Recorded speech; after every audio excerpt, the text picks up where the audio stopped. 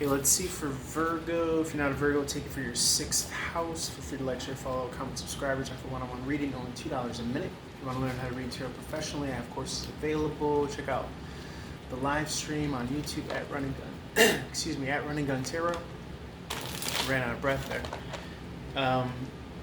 As well as on all social media at Running Gun Tarot. This is for Virgo or 6th house. If you're not a Virgo, take it for your 6th house. In astrology, you should know what that is by now, by heart, if you follow me, or if not, you could Google it with the 6th house, what the 6th house is, in astrology. 5 Pentacles in the upright. This is at least newly downloaded today. Downloaded, right? It's our favorite word. Is the victory of the soul over the concrete. Right? The soul over the 3D.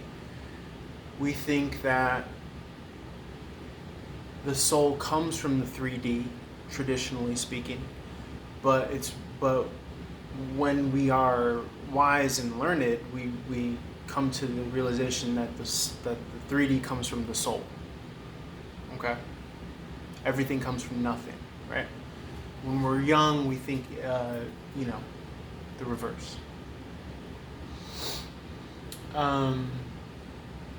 Also, something that I wanted to talk about that was, speaking of downloads, that I had in this overnight when I was in bed thinking, in that twilight state, in and out of sleep, was it's so funny that at such a young age we learn heaven and hell, right? Heaven is up, hell is down. And I just thought that was just so fascinating. How fucking, beautiful and, sagely is that? The first thing we teach our youth is heaven is up, hell is down. And it's imagine... There's this movie called Wrist Cutters, a love story. It was famously on Amazon Prime. I used to watch it on while I was in college.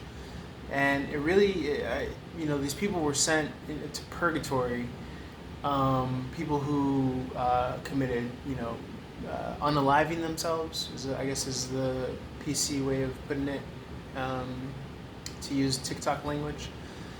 And they were in this purgatory world. And yesterday, for some reason, it came across as though that the purgatory world that they were in was, below. Not because there were any... intonations of that or inclinations of that suggesting that, but because hell is down, and when you do that, you go down.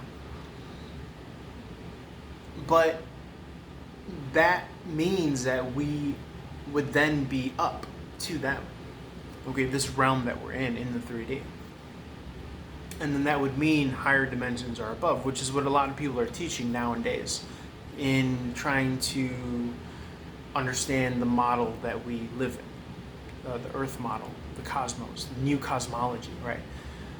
I say in trying to understand it or in trying to create it, because I firmly believe that we are creating this motherfucker as we speak it, and the best idea will win. And that'll be the reality that we have created for ourselves. Okay?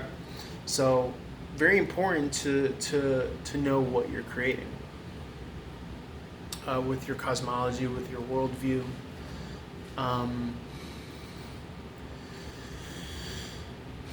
So, it's interesting that we are kind of downloaded and pre-programmed at a very young age to know that everything wants to go up. We want to ascend up. We want to be tall. We want to match with partners that are tall. We want to move upward. We want to grow like the tree. But as a lot of the teachings have been coming across as of late, in reference, for example, stability, right? We may think that stability is finally having the pieces to the puzzle in order, the box checked, the ducks in a row. What has been coming through in these teachings on my channel is that stability is something that needs to be embodied first and foremost. Remember? everything comes from nothing, not the other way around, right? And so we have to embody, dare I say, that higher realm within ourselves. We have to choose it and embody it and live it accordingly. At the risk of sounding so preachy, but they say that in hell, everyone's hungry but they can't eat. And the only difference between hell and heaven is that in heaven everyone's feeding each other.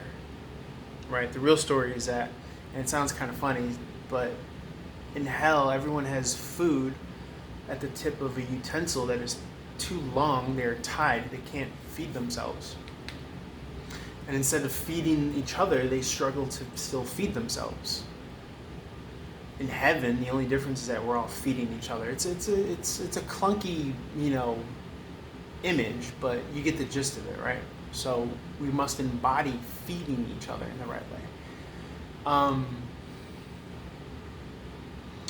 Another download that I had is that I might not have the same nutritional requirements or energetic appetite or energetic requirements as you do or as the next person does.